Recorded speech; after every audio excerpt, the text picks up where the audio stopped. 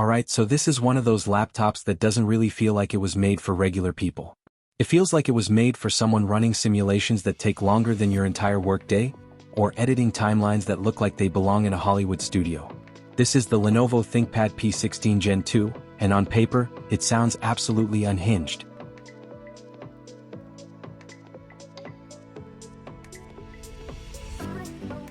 We're talking Intel Core i9-13950HX. That's 24 cores of mobile horsepower. Not ultrabook fast. Not gaming laptop fast. This is workstation level performance that's basically trying to blur the line between desktop and portable machine. Then you stack that with an NVIDIA RTX 5000 Ada GPU. And if you know anything about Ada architecture, you already know this isn't about gaming frames per second. This is about rendering, CAD workloads, 3D simulations, AI models, and heavy professional workloads that don't care about battery life. Only raw output. And then we get to the memory. 128 gigabytes of RAM. Yeah, 128. At that point, the laptop stops being a device and starts being a workspace. You're not closing tabs anymore because you ran out of memory. You're opening entire environments and just leaving them running. Storage? 2 terabytes SSD. Fast, responsive, and honestly expected at this level because anything less would feel like bottlenecking a rocket. Now the display is where things get interesting in a different way.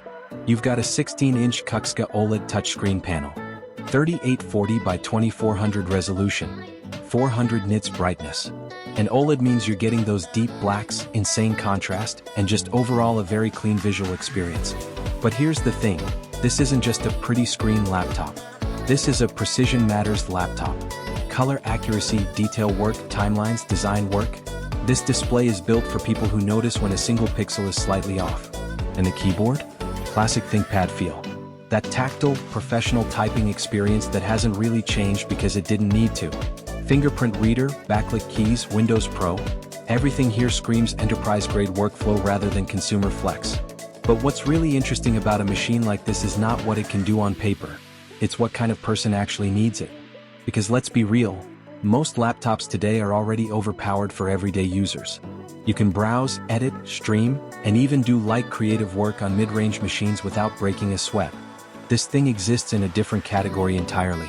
This is for engineers running massive builds, 3D artists pushing complex scenes, video editors handling 8K multi-layer timelines, developers compiling large-scale systems, people who don't just use apps, but build the apps everyone else uses. And when you push it under load, this is where workstation laptops separate themselves from gaming laptops pretending to be professional machines. Thermals, sustained performance, stability over hours of workload, that's the real story here. Not just peak benchmarks, because anyone can spike performance for 30 seconds.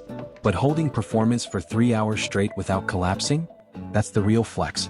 Now, of course, this kind of power comes with trade-offs. It's not light. It's not cheap. And it's definitely not something you casually carry around like a thin and light ultrabook. This is a desk-to-desk portable workstation. But that's kind of the point. It's not trying to be everything for everyone. It's trying to be the absolute best tool for a very specific group of people who actually need this level of performance. And honestly, in a world where most laptops are chasing thinness, battery life, and minimalism, it's refreshing to see something that just says, what if we focus purely on power? No compromises. Just raw capability. So yeah, this isn't a laptop you buy because it looks cool on a desk. This is a laptop you buy because your workload demands it.